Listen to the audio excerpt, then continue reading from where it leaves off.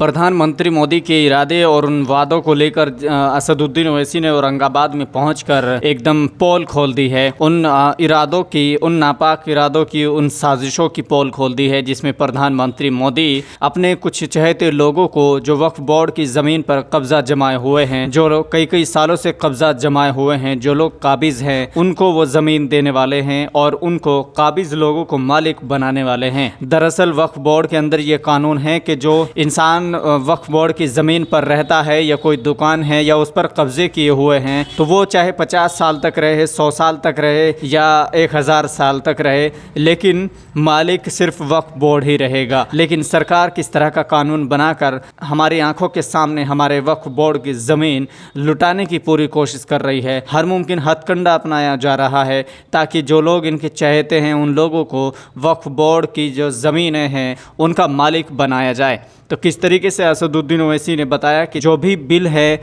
वो पहले से जो कानून है उस कानून को इग्नोर करते हुए प्रधानमंत्री मोदी जो काबिज हैं उन लोगों को वक्फ बोर्ड की जायदाद का मालिक बनाने वाले हैं। आइए देखते हैं कि असदुद्दीन ओवैसी ने आज औरंगाबाद में पहुंचकर क्या बातें कही हैं और ख़ासकर वक्फ बोर्ड की ज़मीन पर कब्जा करने वाले लोगों को अब प्रधानमंत्री मोदी उनको मालिक बनाने वाले हैं। असदुद्दीन ओवैसी ने बहुत ही अच्छे तरीके से हम लोगों के सामने रखा है कि लिमिटेशन का कानून क्या है कि अगर आप किसी की जमीन पर 12 साल एडवर्स पोजीशन 12 साल आप काबिज हैं तो आप ओनर बन जाते।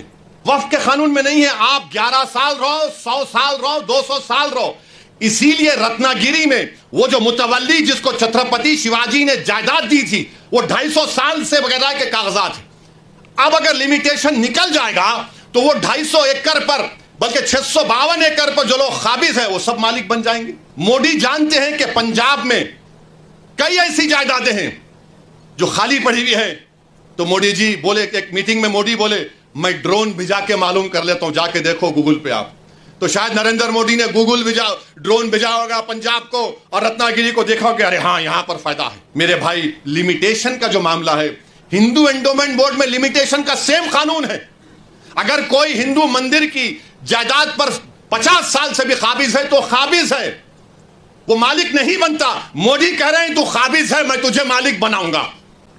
ये इस कानून में लाया गया है। तो ये सुन लिया आपने कि सरकार किस तरीके से, खासकर मोदी सरकार हो या फिर राज्य की बीजेपी सरकार हो, वो किस तरीके से काबिज लोगों को, जिन्होंने वक्फ बोर्ड की ज़मीन पर, वक्फ बोर्ड की जायदाद पर नाजायज़ कब्जा जमाया हुआ है, अवैध कब्जा जमाया हुआ है, वो कैसे उन सभी लोगों को मालिक बनाने वाली है, ओनर बनाने वाली है। ये सब आपने सुन ही लिया होगा और आपने आखिरकार समझ भी लिया होगा।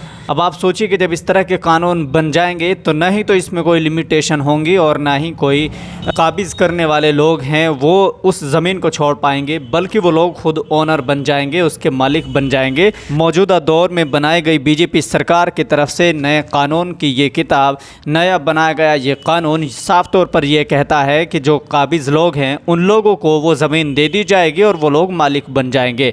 ऐसी बहुत सी प्रॉपर्टी हैं, ऐसी बहुत सी जगह है, बहुत सी जायदाद है जिन पर अवैध कब्जा जमाए हुए हैं, लेकिन अगर देखा जाए तो एक बड़ी जायदाद दूसरे लोगों के कब्ज़े में चली जाएगी।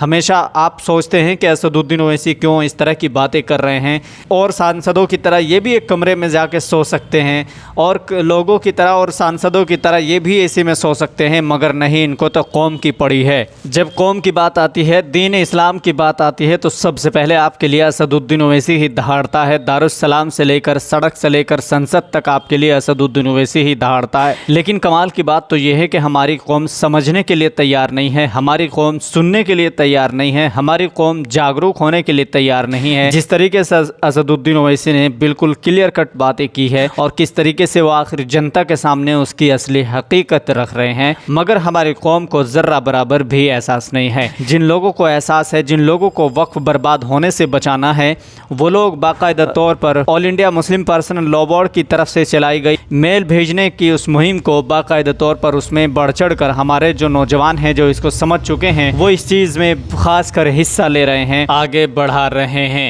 ऐसे बहुत से युवा हैं जो इस मुहिम में हिस्सा ले चुके हैं और लगातार रातों को जाग जाग कर इस मुहिम को बाकायदा तौर पर आगे फैला रहे हैं। तो उन लोगों के लिए तो बड़ी खुशखबरी है, उन लोगों के लिए बड़ी मुबारकबाद है जो इस मुहिम में बढ़ चढ़ कर हिस्सा ले रहे हैं। लेकिन जो कौम के नौजवान सुनने को तैयार नहीं है, ये उन लोगों के लिए वीडियो है।